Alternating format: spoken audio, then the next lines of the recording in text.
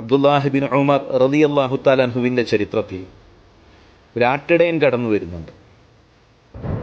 ആധുനിക കാലഘട്ടത്തിൽ ജീവിക്കുന്ന നമുക്ക് നിരക്ഷരനായ ഒരാട്ടിടയൻ്റെ ചരിത്രത്തിൽ വലിയ ഗുണപാഠങ്ങളുണ്ട്. സാക്ഷരരെന്ന് അഭിമാനിക്കുന്ന, എല്ലാ സൗകര്യങ്ങളിലും ജീവിക്കുന്ന നമുക്ക് മരുഭൂമിയിലൂടെ ആടുമേച്ചു നടന്ന ഒരു സാധാരണക്കാരൻ ചില ഉപദേശങ്ങൾ, ജീവിതം കൊണ്ട് ചില ഗുണപാഠങ്ങൾ നമുക്ക് നൽകുന്നുണ്ട്. അബ്ദുല്ലാഹിബിൻ ഉമർ റളിയല്ലാഹു തആല അൻഹു ഒരാട്ടിടയനെ കണ്ടുമുട്ടും. മരുഭൂമിയിലാണ് സംഭവം. ഒരു വലിയ ആട്ടിൻപറ്റം അദ്ദേഹത്തിൻ്റെ കൂടെയുണ്ട്. ഫഖാല ലഹു, അബ്ദുല്ലാഹിബിൻ ഉമർ ആട്ടിടയനോടായി പറഞ്ഞു, അഅ്തിനി വാഹിദത്തൻ മിൻ ഹാദിഹിൽ അഗ്നാം, ഈ ആട്ടിൻപറ്റത്തിൽ നിന്ന് ഒരാടിനെ നിങ്ങൾ എനിക്ക് നൽകണം. മരുഭൂമിയിലെ ആട്ടിൻപറ്റം ഒരുപാട് ആടുകളുമായിട്ടാണ് ആട്ടിടയൻ നിൽക്കുന്നത്. ഒരുപക്ഷെ എത്ര എണ്ണമെന്ന് യജമാനന് പോലും അറിഞ്ഞുകൊള്ളണമെന്നില്ല. അത്രമാത്രം വലിയ ഒരു കൂട്ടം ആട്ടിടയൻ്റെ കൂടെയുണ്ട്. ആട്ടിടയൻ നൽകിയ മറുപടി, നിങ്ങൾക്ക് ആടിനെ വിൽക്കണമെങ്കിൽ അതിൻ്റെ ഉടമസ്ഥാവകാശം എനിക്കാകണം. ലസ്തു മാലിക്, ഞാനല്ല അതിൻ്റെ ഉടമസ്ഥൻ. ഇതിൻ്റെ ഉടമസ്ഥാവകാശം എനിക്കില്ല. ആടിനെ മേക്കലാണ് എൻ്റെ ഉത്തരവാദിത്തം. ആടുകൾക്ക് വേണ്ട ഭക്ഷണങ്ങളും സൗകര്യങ്ങളും ഒരുക്കലാണ്. എൻ്റെ കച്ചവടം നടത്താൻ യജമാനൻ അതിനുള്ള അവകാശം എനിക്ക് നൽകിയിട്ടില്ല. മാത്രമല്ല, സ്വാഹിബുഹ ലൈസ മൗജൂദൻ ഹീന, ഇതിൻ്റെ ഉടമസ്ഥൻ ഇവിടെ ഇല്ല. ഇതിൻ്റെ സ്വാഹിബ്, അദ്ദേഹം ഈ സാഹചര്യത്തിൽ ഇവിടെ ഇല്ല. അത് വിൽക്കണമെങ്കിൽ അതിൻ്റെ സ്വാഹിബ് യജമാനൻ അനുവാദം നൽകണം. ഫഖാല അബ്ദുല്ല, ആറാബിയുടെ മറുപടി കേട്ട് അബ്ദുല്ലാഹിബ്ൻ ഉമർ പറഞ്ഞു, ശരി, നിങ്ങൾ പ്രശ്നമാക്കേണ്ടതില്ല. ഇതിൽ നിന്നൊരാട്ടിൻകുട്ടിയെ നിങ്ങൾ നൽകുക, ഒരാടിനെ നിങ്ങൾ നൽകുക. ഫഇദാ ജാഅ സ്വാഹിബ്, ഇനി അതിൻ്റെ സ്വാഹിബ് വന്നു കഴിഞ്ഞാൽ ഫഖുൽ ലഹു, നീ അവനോട് പറയണം, വല്ല ചെന്നായയും പിടിച്ചു അല്ലെങ്കിൽ വന്യമൃഗം പിടിച്ചു, അങ്ങനെ ഒരാട് കാണാതായതാണ് എന്ന് പറഞ്ഞാൽ മതി. ഇത്ര വലിയ ആൾക്കൂട്ടത്തിൽ, ഇത്ര വലിയ ആട്ടിൻപറ്റത്തിൽ നിന്ന്, ഇത്രയും വലിയ ആട്ടിൻകൂട്ടത്തിൽ നിന്ന് ഒന്ന് നഷ്ടപ്പെട്ടാൽ യജമാനൻ അറിഞ്ഞുകൊള്ളണമെന്നില്ല. ചെന്നായ പിടിച്ചു എന്ന് പറഞ്ഞാൽ മതി.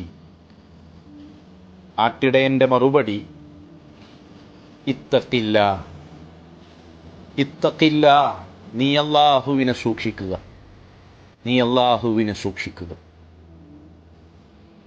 ഏൽപ്പിക്കപ്പെട്ട ഉത്തരവാദിത്തത്തിൽ നിന്ന് ഒരു ചെറിയ വഞ്ചന ചെയ്യണമെന്ന് പറഞ്ഞപ്പോൾ, ഒരു ചെറിയ തെറ്റു ചെയ്യണമെന്ന് പറഞ്ഞപ്പോൾ, യജമാനൻ കാണാനില്ല എങ്കിലും, ഉടമസ്ഥൻ കാണാനില്ല എങ്കിലും അള്ളാഹു കാണുന്നുണ്ട്, അള്ളാഹു നിരീക്ഷിക്കുന്നുണ്ട്, അവനറിയുന്നുണ്ട്.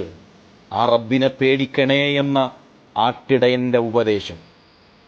എത്ര ഖുർആൻ ക്ലാസ്സുകൾ നമ്മൾ കേട്ടു, എത്ര മലയാളത്തിലുള്ള ഉപദേശങ്ങൾ നമ്മൾ കേട്ടു, എത്ര മദ്രസയിൽ 2, 3, 4 വർഷം നമ്മൾ പഠിച്ചു. ഈ ആട്ടിടയൻ്റെ ഒരു ഈമാൻ നമുക്കെന്തുകൊണ്ട് ലഭിച്ചില്ല? ഏതു സമയത്തും റബ്ബ് നിരീക്ഷിക്കുന്നു, റബ്ബ് കാണുന്നു, അവനറിയുന്നു. അവനറിയാത്ത ഒരു ചലനം പോലും, ഒരു കണ്ണിമ വെട്ടുന്ന നിമിഷം പോലും റബ്ബറിയാത്തതായി എൻ്റെ ജീവിതത്തിലില്ല. യജമാനൻ കാണുന്നില്ല എങ്കിലും, ഉടമസ്ഥൻ കാണുന്നില്ല എങ്കിലും, ആരു കാണുന്നില്ല എങ്കിലും റബ്ബിൻ്റെ നിരീക്ഷണത്തിലാണ് എന്ന ഒരു ബോധം എന്തുകൊണ്ടാണ് നമുക്കില്ലാതെ പോയത്? യസ്തഖ്ഫൂന മിനന്നാസ് വലാ യസ്തഖ്ഫൂന മിനല്ലാഹ്, ആളുകളിൽ നിന്ന് ഒളിച്ചു വെക്കാൻ ഒരു പക്ഷെ കഴിഞ്ഞേക്കും. അള്ളാഹുവിൽ നിന്ന് ഒളിച്ചു വെക്കാൻ, അള്ളാഹുവിൽ നിന്ന് ഒളിച്ചു വെക്കാൻ ഇത് സാധിക്കുകയില്ല. ഒരുപക്ഷെ ജനങ്ങളുടെ കണ്ണു വെട്ടിക്കാം, ജനങ്ങളെ വഞ്ചിക്കാം, ജനങ്ങളെ പറഞ്ഞു പറ്റിക്കാം, നാവ് കൊണ്ട് വാദിച്ച് കാര്യങ്ങൾ സമർത്ഥിക്കാം, എല്ലാം കഴിയും. പക്ഷേ കബളിപ്പിക്കാൻ കഴിയാത്ത, കണ്ണുവെട്ടിക്കാൻ കഴിയാത്ത, വഞ്ചിക്കാൻ കഴിയാത്ത, സദാ നമ്മളെ നിരീക്ഷിച്ചു കൊണ്ടിരിക്കുന്ന ഒരു റബ്ബ്, വഹുവ മഅക്കും ഐനമാ കുൻതും, ആ ഒരു റബ്ബുണ്ട് എന്ന ഒരു ബോധം, ആ ഒരു ബോധ്യം എന്തുകൊണ്ടാണ് നമ്മുടെ ജീവിതത്തിലേക്ക് കടന്നു വരാത്തത്?